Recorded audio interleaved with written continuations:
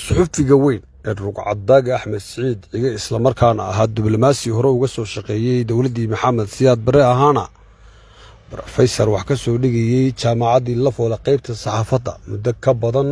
dhowr iyo 30 sano ku jiray warbaahinta caalamka isla markaana kamid ah shakhsiyaadka haldoorka reer Soomaaliland dunidana caanka ka ayaa fashilay isla markaana soo bandhigay xog u qarsoonayd Abubakar Baale oo ah wakiilka Soomaaliya oo fadhiya golaha amaanka kaasoo xalay toole doodii halkaas ka socotay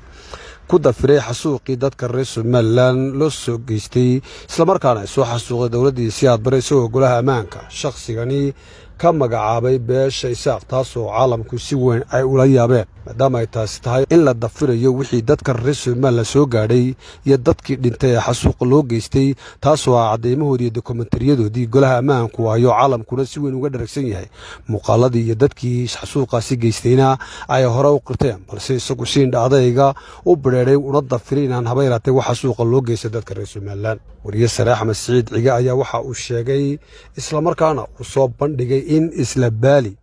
waa ninkan Soomaaliya ugu magacaaban golaha amaanka isla markaana wakiilka uga ah Soomaaliya xalay toole hadlay in isaga qudhiisu ku galay buu dalka Mareykanka isagoo sheeganaya inuu kamid ahaa dadkii ka soo qaxay Soomaaliya isla markaana ka soo badbaaday xasuuqii halkaas ka dhacay Hargeysa dagaaladii 1988 markii halkaasi dawladii Maxamed Siyaad Barre ku duqeynaysay dadka reer Soomaaliland wariye Sare Axmed Saciid ciga ayaa maqaal uu ka qoray arintaas uu kaga hadlayo ayaa waxa uu yiri Abubakar Baale waa mas'uulka Soomaaliya u fadhiya golaha amaanka waa nasiib darro inuu xasuuqii dadka reer Soomaaliland ay ku xasuuqday isla markaana ay ku xasuuqeen ciidamadii dawladii Siyaad Barre sanadihii 80-aadkii u dafiray isagoo laftigiisu kamid ahaa isla markaana ku yimid dalka Mareykanka iskana dhiibay Mareykanka markii uu soo galay qaxoontinimo isla markaana uu sheegtay inuu ka soo qaxay xasuuqii dadka reer Soomaaliland loo geysanayay 1988 magaalada Hargeysa Axmed Saciid ayaa hadalkiisa isagoo sii wata waxa uu yiri markhaatiyaal goobjooga oo ku sugan dalka Mareykanka ayaa ii xaqiijiyay isla markaana sheegay inuu ninkani ahaa dadkii isku dhiibay inuu kamid ahaa dadkii rayidka ahaa guryahoodii lagu duqeeyay magaalada Hargeysa isla markaana ay xasuuqday dawladii Maxamed Siyaad Barre iyo sidoo kale magaalooyinkii kale iyo xataa miyiga dhulka Soomaaliland 1988 ilaa 1989 hadalka Axmed Saciid ayaa yimid kadib markii ninkani isagoo ka hadlay golaha amaanka uu xalay toole gabi ahaan dafiray dadka reer Soomaaliland xasuuq loo geystay iyadoo dadka goob joogayaasha ay cadeeyeen isla markaana ay sheegeen in ay hayaan faylkii markii uu istiibay ku dalbanay qaxoontinimo iyo inuu ahaa qof ka soo cararay xasuuqii dadka reer Soomaaliland ee lagu geystay magaalada Hargeysa 1988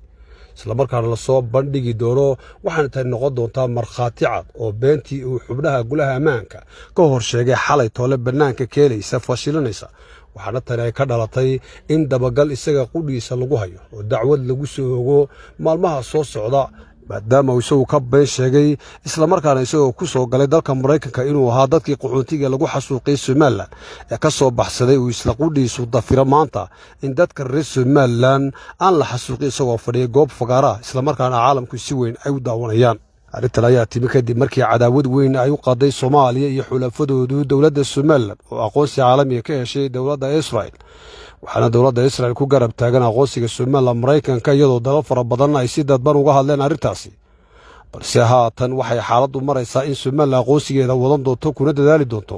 inay kasbato wadamada caalamka si ay u gaadho hadafka ay leedahay Abubakar Baale uu mari doono ciqaabtiisa maadaama uu ka been sheegay dad dhan oo la xasuuqay isla markaana isagoo qudhiisu dalka Mareykanka uu ku tagay inuu kamid ahaa dadkii halkaas ka soo yaacay markii la xasuuqay uu sidaas ku soo galay dalka Mareykanka haatan